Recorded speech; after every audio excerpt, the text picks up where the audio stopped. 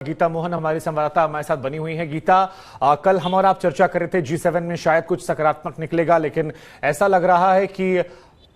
दोनों तरफ से संदेश दिया जा रहा है। हो सकता है कि दोनों घटनाओं का आपस में कोई लिंक ना हो, लेकिन अगर हम एक दर्शक के तौर पर, तीसरे व्यक्ति के तौर पर देखें तो एक दिन पहले उनका उपहास उड़ता और अगले दिन ये बड़ा हमला जिसमें कई लोगों की जान जाती है। क्या कई बड़े लोगों के अहम के बीच में, कुछ जमीन के बीच में जो आम लोग हैं उनकी जिंदगियों के साथ खिलवाड़ हो रहा है, और ऐसा लग रहा है कि कोई ऐसा नहीं है जो जिंदगियों के बारे में सोचकर इसका समाधान निकालना चाहे। सब अपने अपने हित, अपनी अपनी बात, अपनी अपनी शक्ति प्रदर्शन में लगे पड़े हैं।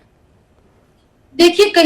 कई मायनों में शुभांकर, अगर जिस तरीके से हम इस युद्ध को आगे बढ़ता हुआ देख रहे हैं, उसमें जो ह्यूमन इंटरेस्ट है, जो ह्यूमन एंगल है, जिस पर हमने काफी रिपोर्टिंग की, राजेश और मैंने, वो कहीं खोता हुआ नजर आ रहा है। क्योंकि जहां एक तरफ ज़ेलेंस्की कहते हैं कि 2022 यानी कि 2022 के अंदर अंदर इस युद्ध को खत्म कर देना चाहिए, वहीं दूसरी तरफ जिस तरीके के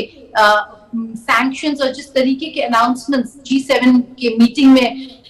निकल कर आया, जिस तरीके के स्टेटमेंट्स उन्होंने दिया, उससे साफ नजर आता है कि वो अभी भी रूस के आइसोलेशन में ज्यादा इंटरेस्टेड है, या ना कि इस पूरे युद्ध के सोल्यूशन में। क्योंकि अगर सोल्यूशन ढूंढना है तो रूस को कॉर्नर करने से सोल्यूशन नहीं मिलेगा। रूस और तेजी से ऐसे ही बढ़ता रहेगा, क्योंकि रूस कहीं ना कहीं समझ गया है कि नेटो पूरी तरीके से यूक्रेन के साथ मिलकर लड़ने नहीं वाला, और यूरोपियन यूनियन में यूक्रेन के जुड़ने से इस युद्ध में रूस को कोई फर्क नहीं पड़ेगा। दूसरा कि कई सारे ऐसे देश हैं जो अभी भी रूस के साथ खड़े हैं, जिसकी वजह से आज भी रूबल के जो रेट्स हैं, डॉलर रूबल रेट्स, अगर आप कंपेयर करें तो रूबल काफी स्ट्रांग है। इनफैक्ट आज इतना स्ट्रांग है कि वो प्री वॉर डेज जो रूबल के रेट्स थे उससे ज्यादा स्ट्रांग आज नजर आ रहा है। क्यों? क्योंकि ये जो पोलराइजेशन है, इसमें कहीं ना कहीं G7 लीडर्स को समझ आ गया है कि उनकी जो जितनी उनका जो स्ट्रेंथ था पहले, वैसा स्ट्रेंथ नहीं रहा। पहले वो देशों को हिला सकते थे, अलग देशों को बता सकते थे कि उन्हें क्या करना चाहिए, क्या नहीं करना चाहिए। आज वो वक्त बदलता नजर आ रहा है। लेकिन ये क्रेमेंचुक अटैक पर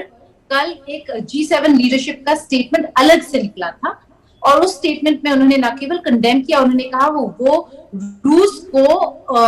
उसकी जगह दिखाकर रहेंगे और यूक्रेन के साथ हमेशा खड़े रहेंगे। किस तरीके से खड़े हैं वो जानना जरूरी है, क्योंकि जैसे राजेश ने कल हमें बताया था कि हाउवित्जर्स का पहला बैच आ गया है, लेकिन कितना और कब तक, और इसका बिल, इन सारे वेपन इंडस्ट्री के जो बिल्स है उसका भरपाई कौन करने वाला है, और कितने दिनों तक। ये सारे सवाल जो है, इससे साफ नजर आता है कि सब युद्ध एक प्रॉफिट मेकिंग इंडस्ट्री भी है, और उसमें कहीं ना कहीं आप बिल्कुल सही कह रहे शुभांकर, जो ह्यूमन एंगल है कि लोग कितना सफर कर रहे, क्या वो ये डिजर्व करते थे, क्या उनके बारे में सोचा जा रहा है, चाहे वो ज़ेलेंस्की हो चाहे वो पुतिन हो, क्या उनके बारे में सोचा जा रहा है, वो शायद कहीं अमिस है।